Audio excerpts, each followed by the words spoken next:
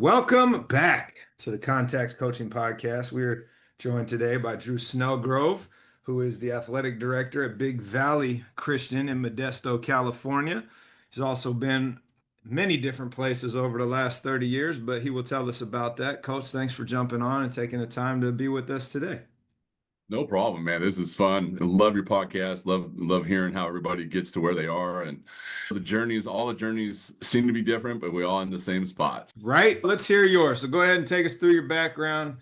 You're in year one here, but I know there's been many stops in between. So start at the beginning and catch us up. Absolutely. Yeah. I grew up in Humboldt County. So up there, I think a lot of us know Gino with the Basketball Jones. And so we grew up in the same neighborhood. He was a little younger than I was, but I went to Fortuna High School, played basketball there. I played all the sports growing up. Actually, one sport that most people don't do, race BMX bikes. That was my number one sport, factory sponsor, number one in California.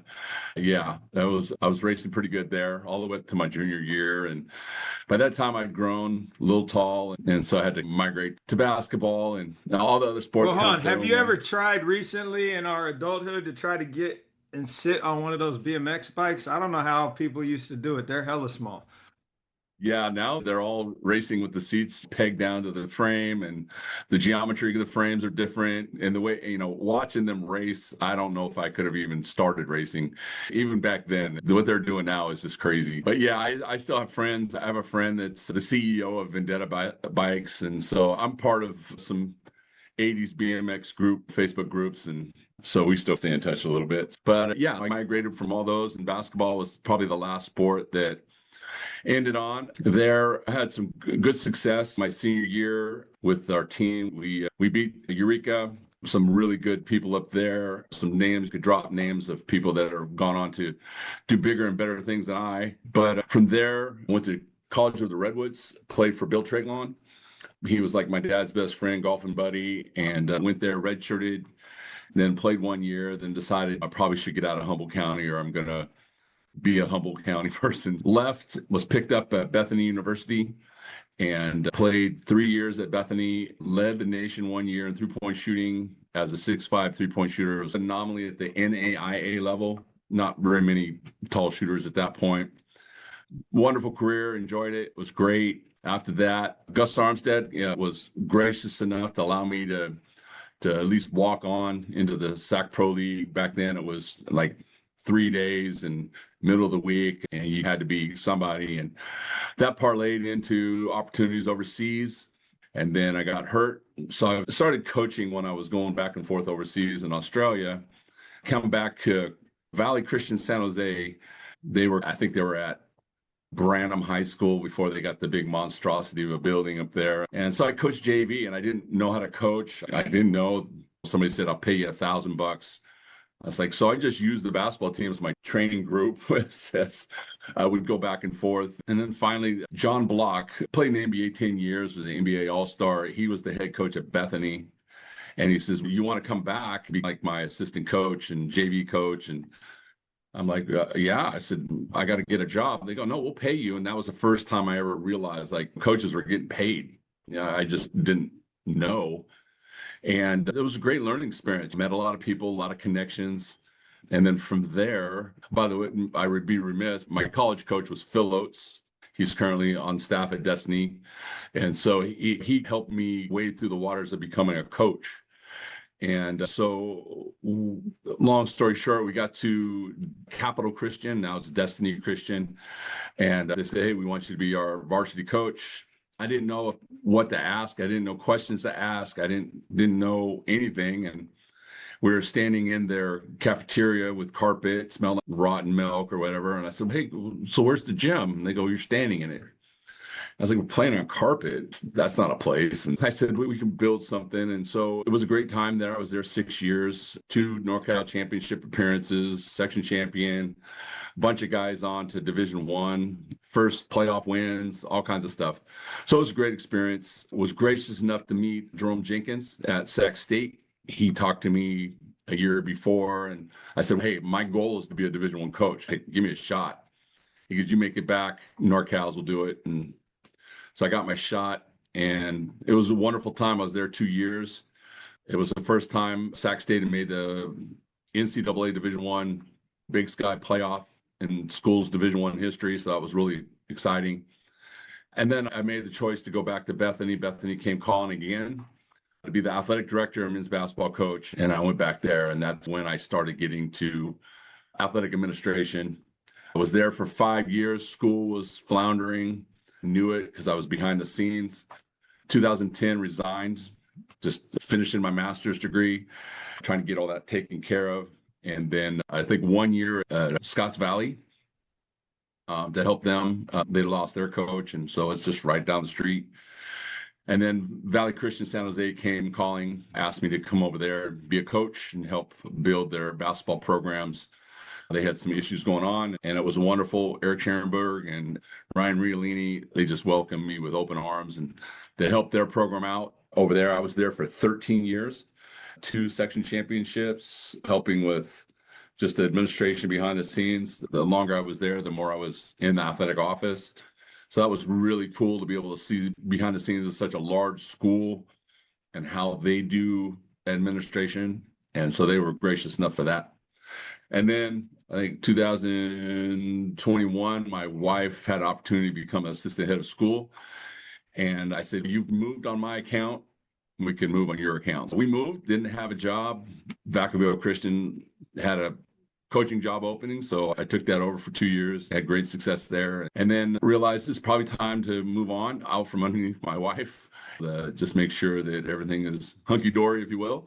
And Big Valley came calling, and I took the job, and I'm the men's basketball coach down here and the athletic director. And inside of all that, I was the director of NBA players' basketball camps and also for NBA China. So it was kind of a journey, a long journey. Now it's time to land the plane somewhere. Yeah, that's a long one. It's funny. I was just in a meeting with Riolini this morning at the CCS. So Yes. small world. And then, yeah, hell, I didn't know Phil Oates was your coach at Bethany.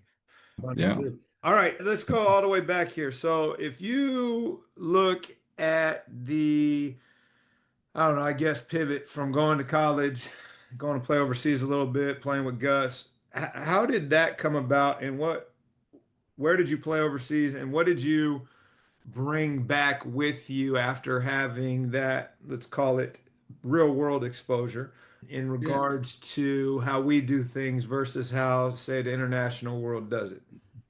Yeah, I think Phil was probably the catalyst to get me with Gus. Just to be honest with you, I don't think I wasn't bringing much to the table other than shooting a 3-point shot at 50%. That's not much. I don't think you can build a career on that. I think I was really gracious to Gus for even giving me a shot to be on the team. I think I probably played 3 minutes a game, and that wasn't much of anything, but it was enough for people, scouts coming through from different countries, to go, "Hey, that guy, that might be something." That's what happened. And so I was playing Tamworth, Australia, Division II in the Siebel League. It was okay. And we play 1 game a week, go to local schools and talk about PE and basketball at the local schools. And I got a little part-time job. It was really pretty much men's league at the Division II level over there. It was practice on your own. I practiced more than anybody, just because from an American standpoint, you practice every day. And over there, it's like, "Where are you going?" "I'm going to the gym." "Oh, I'm not going to the gym today." And so it was funny that way. Played 1 game in Bondi down in Sydney. That was awesome, but they just didn't have enough money really to hold me there. Then came home, was picked up with a company called AAA Fence. They're still in business. They were so gracious, paid gas money to go play tournaments all around the state. It was just a way to make a little change. And then we got a contract back from Australia. My wife didn't like it, so we moved on from Australia. Got an opportunity to try out in Munich, Germany, with Team Lotus. I had a good tryout, but I got hurt in the tryout, which was not a good thing. And luckily, a friend of ours, we had a part of the church, they were on a missions trip kind of thing. And I was like, Athletes in Action. I don't know if anybody's aware of that, but just got picked up with Athletes in Action, continue to tour with them, spreading the gospel into Ukraine. It was right after the fall. So I think 2093 or something. But we were able to get in there, play a little bit of basketball, and then come home. And that's when I started having surgeries. And I think my career was going to dwindle down at that point. But I had a tryout with San Jose Jammers, which back then was the CBA, was on the practice squad for those guys.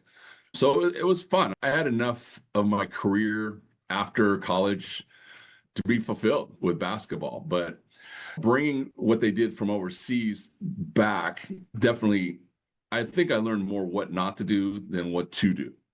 In Europe, you could see the fundamentals back then was more emphasized than it was playing. In Australia, I think it was just really hodgepodge. They hadn't really organized like it is now. I have a couple friends playing in their second level league, but it's really tight, closer to the NBL.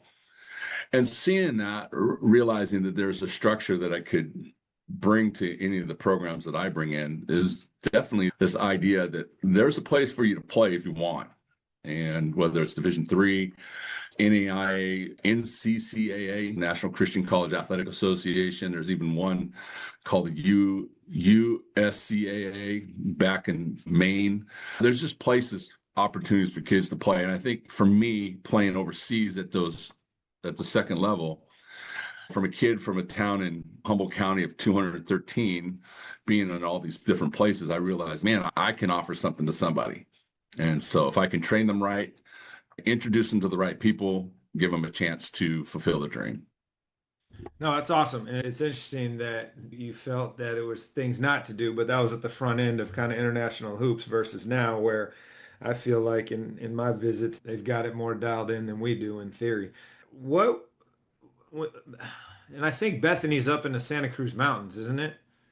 Yeah, closed down in 2010, but yeah, it was just right there in Scotts Valley on the way out of Santa Cruz. Yeah. And so what was the process like for landing there? And when you came back after your playing career to coach and work in the administration, what were you able to see through your lens after having been separated for a while that was informative Right. in what you're doing now? Yeah. No, honestly, it's interesting because this was a paramount conversation I had with Jerome Jenkins. I was having a really good year as a first year Division I assistant coach, or maybe the second year, sorry. And we were playing Southern Utah, and we were standing in the middle of the court, and he goes, "You're going to have a great career as a Division I coach."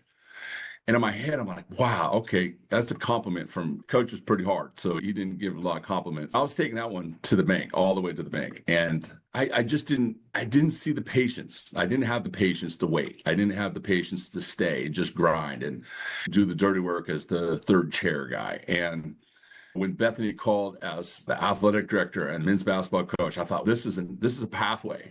This is another pathway. I can jump chair one, chair two, and go right into being a head coach. And that's going to parlay me into a Division I. And I remember Jerome telling me, he goes, "You want to be in administration, or you want to be a coach?" And I'm like, "Coach, I'm going to be the coach.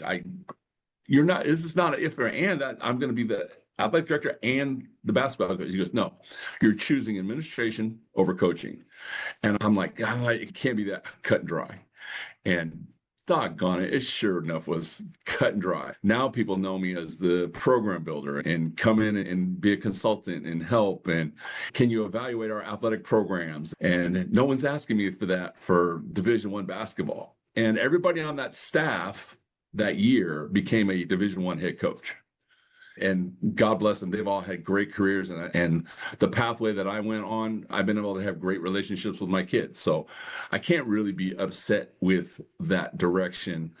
But I think from what I experienced through all this, that I realized that athletic administration is also on the coaching side as well. And I think I didn't see that as a young kid. So I am now more of an administrator than a coach. Like my coaching hat is put down for all intents and purposes. It's a hobby now, is what I'm hearing you say. And I get asked to do it, I do it, but I'm more in the other lane that Jerome told me I was going to be in. So from that lens, as you come in to this job, what are some things that you realized that you had to figure out here? It's not like you haven't done the job, but you told me you're commuting an hour and a half to get there. You're behind the curtains at a place that you hadn't been before this year. What are you seeing? What are you looking to embrace? What are you looking to shift when time presents itself? What are you bringing with you as you consult yourself on what's going on in this new situation?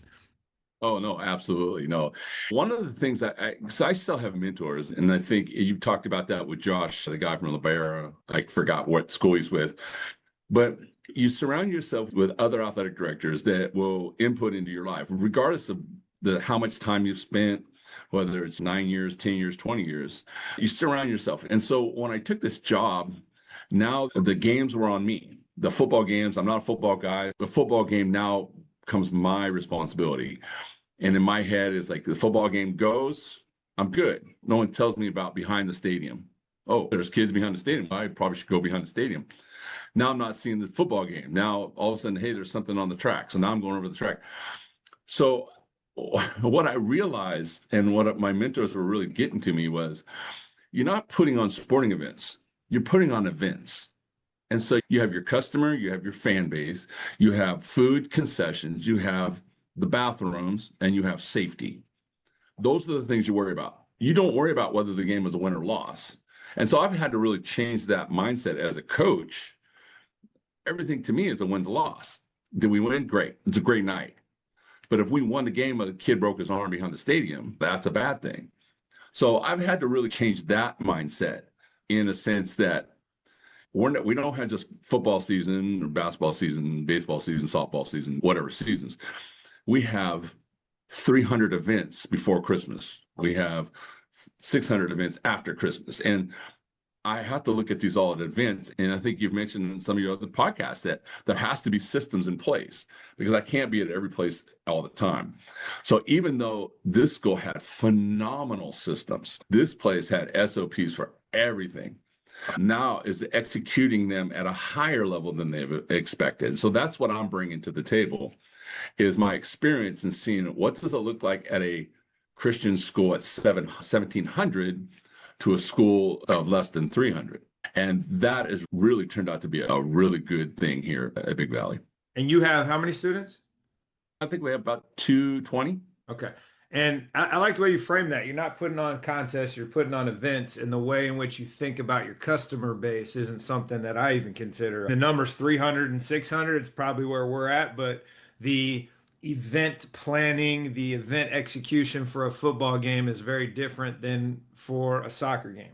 And I'm curious how you have streamlined some of those things and what advice, what tricks and tools you have to offer people who maybe aren't thinking about it that way. But it's okay, look, these are the baseline price of admission for you to knock this thing out at like the generic Oakland Athletic League level. Let's close the doors and just have the teams play. And then this is where you are trying to operate like the West Catholic, and you're generating a $50,000 gate. Talk through that a little bit. Yeah, no, I think one of the things I've learned a little bit here is as the athletic director, we don't have multiple assistant athletic directors and whatever. It's me, my executive assistant, who really is an executive assistant for all administration, is the idea of getting hours back.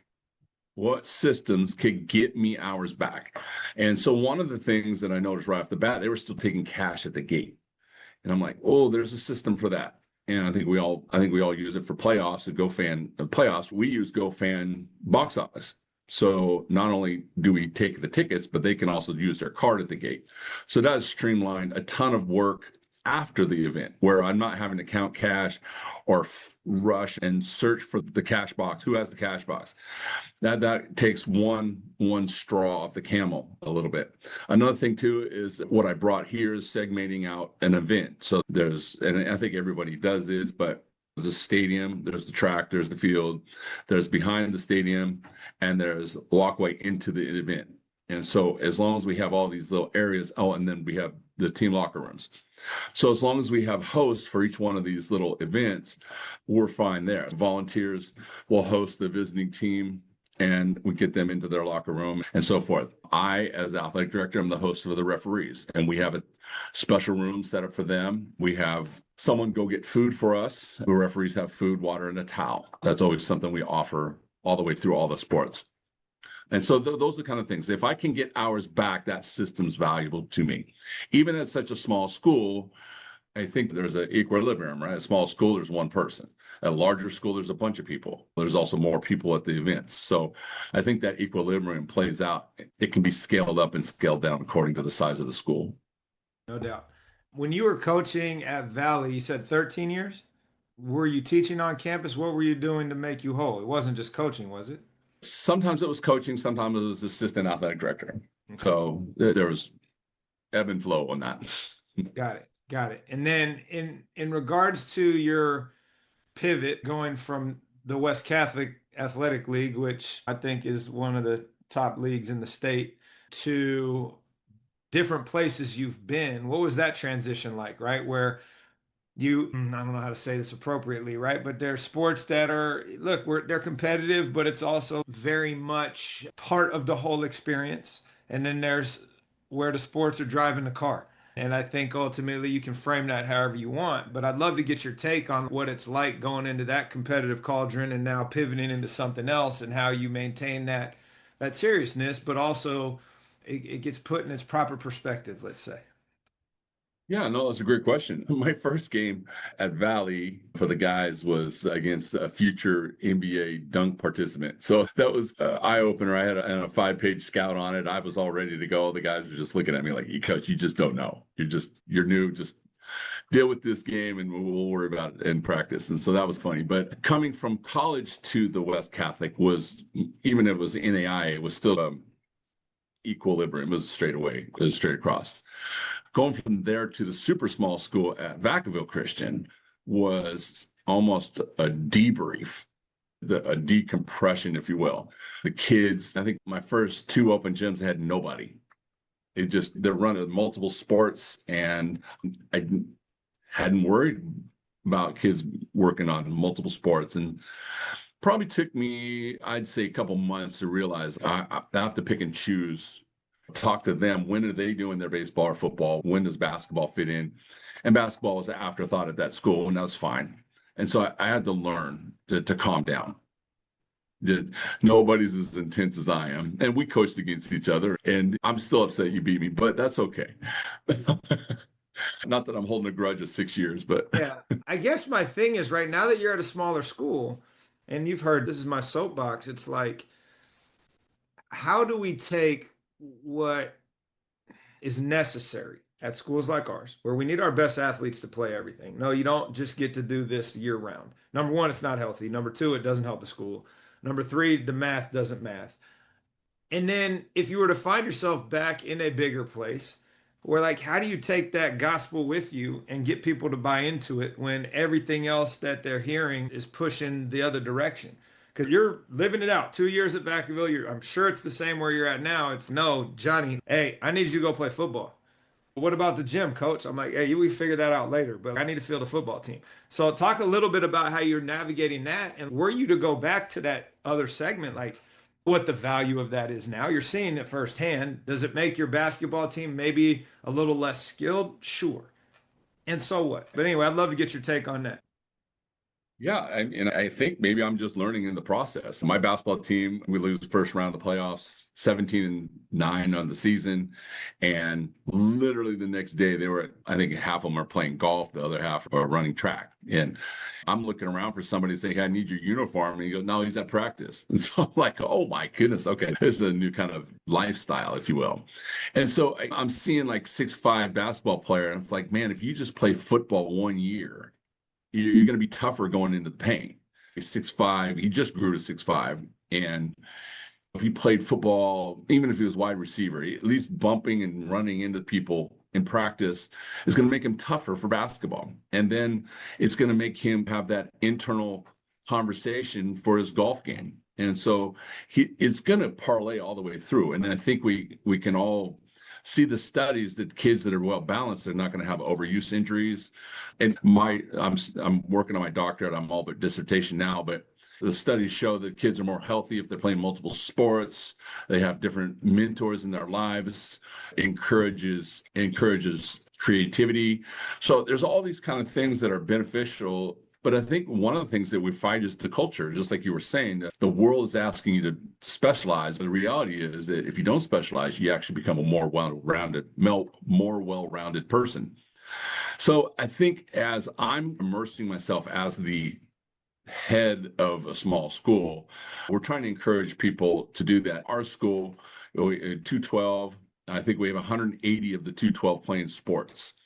And of that, We have 106 playing spring sports. So we're definitely on the higher end of playing sports and multiple positions. And honestly, I think they're teaching me. There's really nothing I'm preaching to them. I'm learning that you can be excellent. The golf team is doing really well against the Division Ones. Maybe not as good as Stevenson, but definitely we're improving. The basketball team did really well. Our volleyball team won the NorCals in Division 6, and all those girls are playing in basketball and other sports. We do have one that's the real deal, but football players are all playing multiple different sports: football, basketball, baseball. So I'm seeing it on a firsthand that it is beneficial, and it does help with actually their mental intestinal fortitude to be able to fight through different situations and keep their grades up. How does that, let's use the word conflict, with what your position would have been at Capital Christian or at Valley when you were just in the midst of it, right? Now that you're looking at it through a different lens. And to your point, right, you're doing your dissertation somehow connected to this and what the research shows, yet 9 out of 10 people who aren't informed would try to tell us the opposite. No, you can't be great if you don't put all your energy into this. And it's, hold on, I'm pretty sure like everything you're chasing has changed in the last 3 years, number one. Number two, I'm pretty sure if you just went and watched Friday and Saturday's slate of state championship games, like you're not playing in that anyway. So, like at the end of the day, what is going to benefit you in the long run versus like the short term, right? So, anyway, like you have to get in a time machine and go back to what you were thinking at Cap Christian, right? Where that particular endeavor, I think, went a long way to keeping the school open. And that was purposeful by the leadership there. And then Valley's a different deal. You got all the sports that are competitive in that space. But I'm just like, if you had to go back in a time machine and be like, huh, I don't know, because it's a conflict from what you were probably thinking then. Yeah, when I get to Capitol, I had no idea what I was doing. I was just doing what I was always did as a player because I was literally in a mindset of a player. I would still play one-on-one with the guys, even injured. Even today, people can't really outshoot me, but I could play with them. I could compete with them, run around with them, and so on and so forth. But I think what we have to realize is that the narratives that if you play all three sports, you're going to be Bo Jackson. That's not the narrative either. But if you play one sport, you're still not going to be Bo Jackson. There's still a bunch of things that require us to be at that next level: the competitiveness, the determined, the grit. And what we really have to sell somehow to parents, it's not, I don't think it's the kids, I think it's really the parents, is we're trying to develop well-rounded people, young men and women. And to do that, if we just hyper focus on one, we're really not even being honest with themselves. We look at adults nowadays, they change careers 3 to 4 times in their lifetime. So why are we hyper focusing on one sport and making them think this is my ticket out? You can go to anybody that plays any sport in high school at the varsity level that starts, and let's say they make their first round of the playoffs. There's a Division III school somewhere in the United States they can go play. They can get an education and play their sport as long as they possibly can. And if they go Division III, they could even possibly play 2 sports if the 2 coaches agree with it. So I think we're only selling the Division I dream, and those guys have a different lifestyle than we do. And they're built differently, they're set up differently, they're trained differently. And the 6-foot guard that they can't jump, it's a rare breed to see somebody make it to that level. So I think it really comes down to how do we get parents to realize that we want the best for their children, not the best for their player. And if we can get them to understand that, my goodness, I think we have a movement that's going to have better behaved children, people that are going to have goals that are attainable versus unattainable. And that's exciting. And then that's what I'm trying to do in all the places I am. Yeah, I think that's a great way to frame it. We want what's best for the child, not the athlete. And I think those Yeah. they're not mutually exclusive, but I think when they're in alignment with each other, you can do more than one thing. And I think your statement, which is if you want to find a home to play, you can, right? This Division I is the only thing mentality is out the window. And I don't joke, but I'm very proud of the fact we have 17 kids from a graduating class of 130 this year that are going to play college athletics next year. And big part, 7 different sports, different divisions, whatever. But part of that is because of what you just said. There are options that are out there if you widen the lens. And if you're committed and you want to go play, we can help figure that out if you're good enough. But I also figure it's okay if you look at the data, 3% of high school athletes play college sports at any level. And it's okay if I just put all my time into, let's call it, I don't know, basketball. Am I part of that 3%? Part of that came out of the womb that way. Part of it Right. is grind, and part of that is commitment and understanding that has to do with your willingness to give up all the other things that may be pulling at you. And I think Right. I also joke with some of our kids once they get there, like, Coach, you were right. It isn't fun. No, it's a job. And it's like you got to be that committed and you got to love it that much to where you realize once you get what you've been chasing, like it's not what you thought. And do you still want to do it? And I think that's the other struggle because if not, then why are we not just encouraging our kids to do what they did when they were little, which is play everything, just enjoy the ride. Like on team X, you may be the dude, and on team Y, you may be getting water for your teammates. But like you're learning from each of those roles, just like you're in a different role now, your wife's in a different role. How have those experiences helped shape your ability to do the jobs that you're being asked to do now? Yeah, also this idea of servant leader, right? If you're always the guy, who you serving? But if sometimes you have to be the second, third guy or the bench guy that's getting water, you have to set your pride aside a little bit and say, I might be the dude over here, or the girl over here, but in this aspect, I'm going to take my leadership role from here and apply it to this sport that's not my sport. And I think that would be wonderful if we could teach that lesson all the time. I mean, that's Yeah. part of the reason that I'm so bullish on our kids doing everything and no, play multiple things because that lesson of followership, of how to be part of something bigger than yourself, actually informs and enhances your ability to lead. And when you don't have those experiences, you don't know what it looks like on the other side. So, how are you supposed to serve those that you're trying to serve if you've never seen it from their lens? And again, if we're really trying to at the athletic conferences, we talk about student athletes and all this kind of stuff. Really, that has to be a priority to be a student of something, not just school, but student of the game, student of leadership, student of team dynamics, student of your coach, student don't do whatever. But then whatever you choose to do, whatever, whether it's football, baseball, basketball, football, whatever the sport is, or even theater for that matter, if we can get kids and parents to understand their students first, then they're whatever they choose, this becomes an easier hierarchy of helping kids get to where they want to go. Whether it's going to college or whether it's going to the trades or whatever, they now have a platform of, I don't have to be the smartest kid in class, but if I'm always learning, and maybe when you were doing your teacher credential, they talked about a lifelong learner. That when I first heard that, I was like, that's a joke. Whatever. I'm not going to learn. No, but reality now at I don't even know how old I am, but I'm old enough to know that being a lifelong learner is actually paramount of being successful. Learning from other athletic directors, learning from other coaches. I think several of your coaches on this podcast have said, man, half the stuff I own or most of the stuff I have in my playbook and how I lead the athletic department is taken from someone else. And my goodness, and I'm in the same boat as everyone else.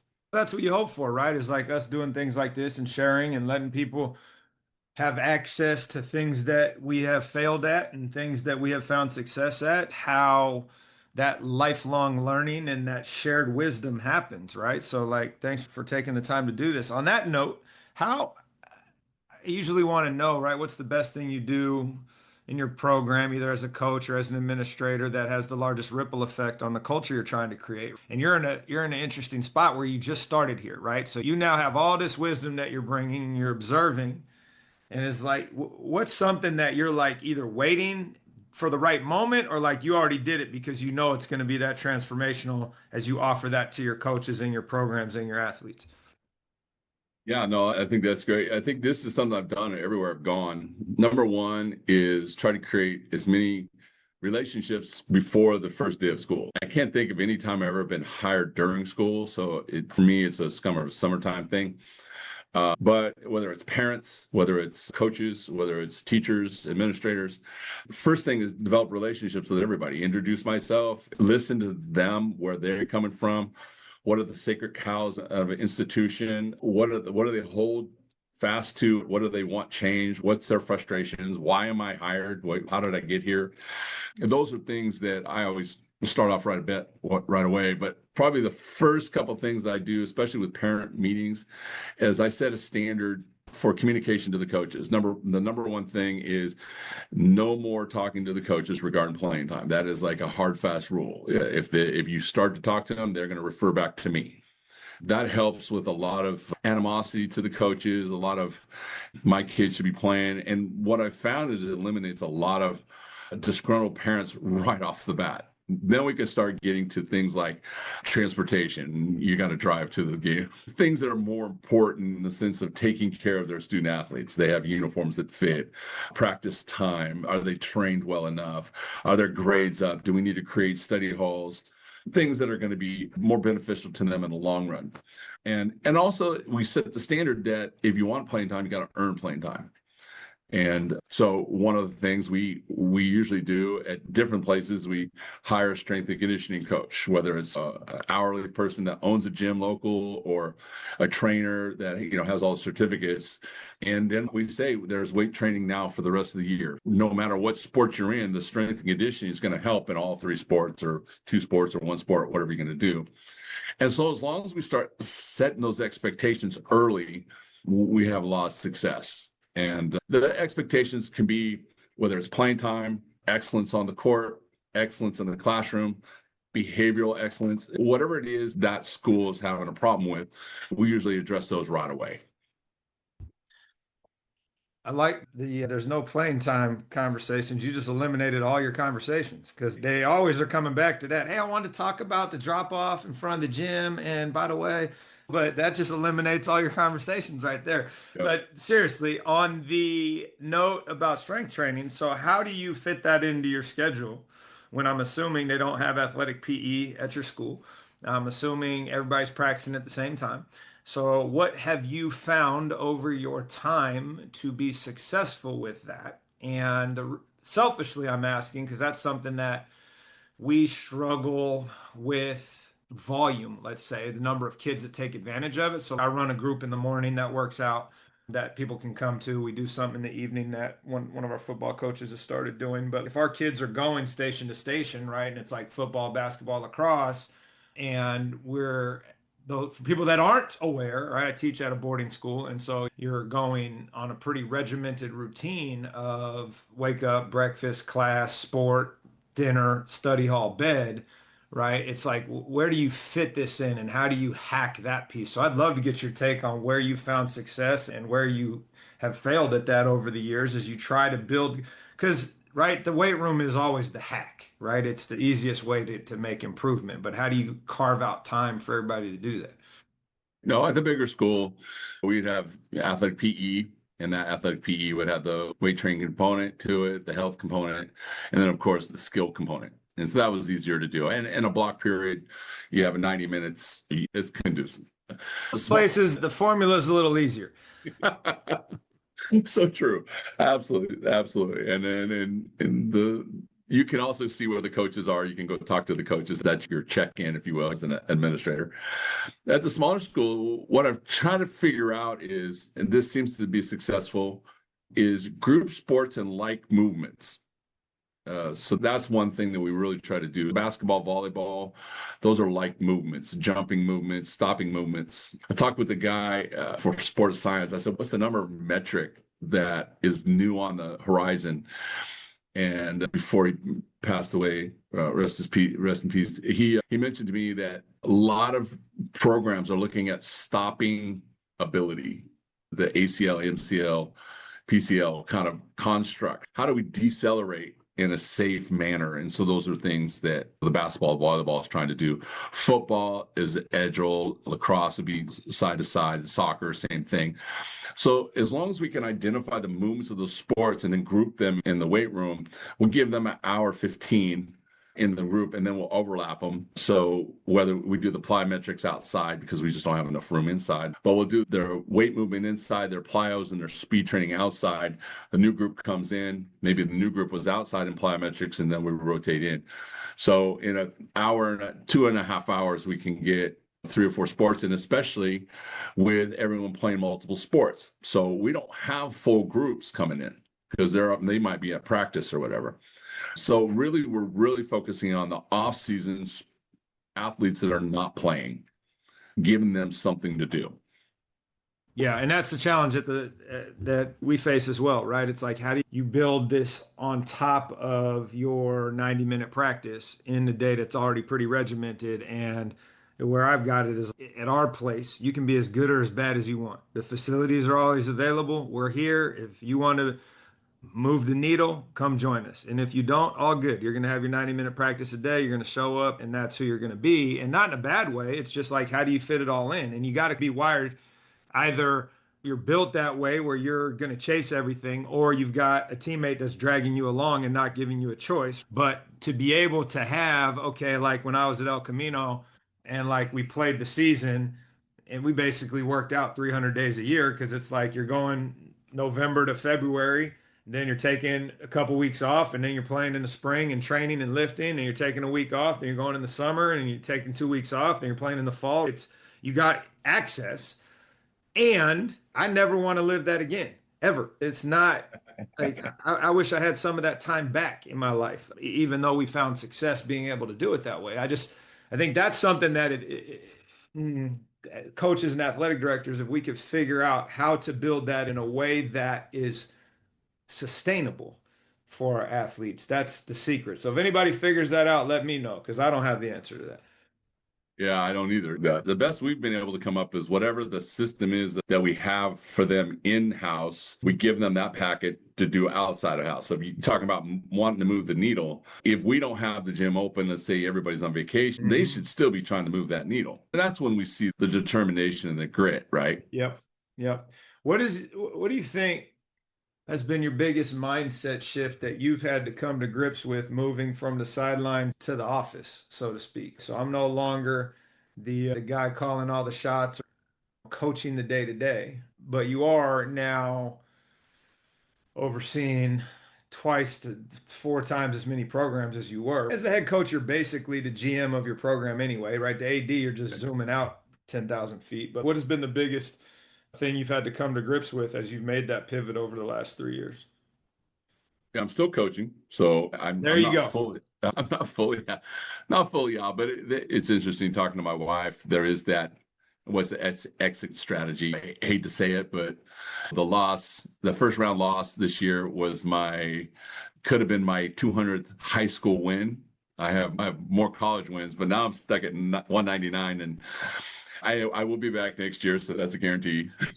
Unless you're absolutely horrible, you get to 200. Yeah, I set the schedule, so we're good.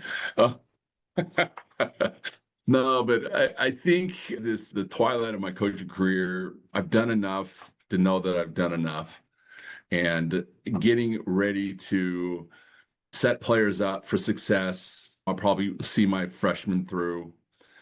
But anybody that comes in that we're really trying to set them up for success and trying to find a successor in the basketball program. That's what we're trying to do.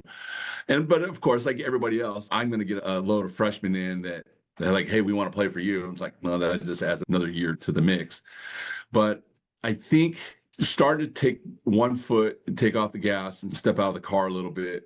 I think that identity of coach versus behind the scenes, I think I'm in a place that I can do that pretty good, because in football, I don't have to be in front.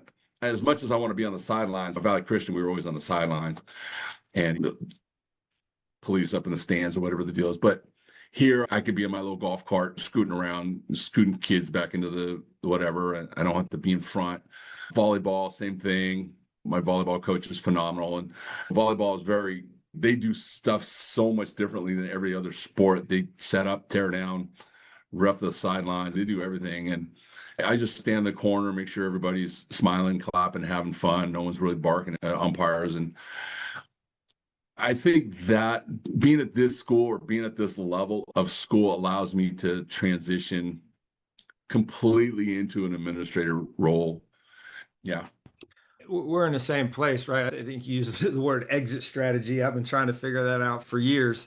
And I joke with my buddies, it's Michael Corleone. Every time I think I'm out, I get pulled back in. But the thing I have enjoyed most about being in this role is you essentially get to just be everybody's cheerleader, right? Because you're not in charge of playing time, you're not in charge of discipline, you're not dealing with the daily fight as you try to help push, pull, drag a team to their potential, right? You just get to celebrate your coaches, you get to celebrate your kids, you get to show up and give high fives. And it's like that part of it, I don't want to say it's less stressful, but I feel like you cast a much wider net on your points of contact, right? Where you get to see everything. I've said this ad nauseum. I feel like I'm the worst soccer AD on the planet because it's during basketball season and I can't be present.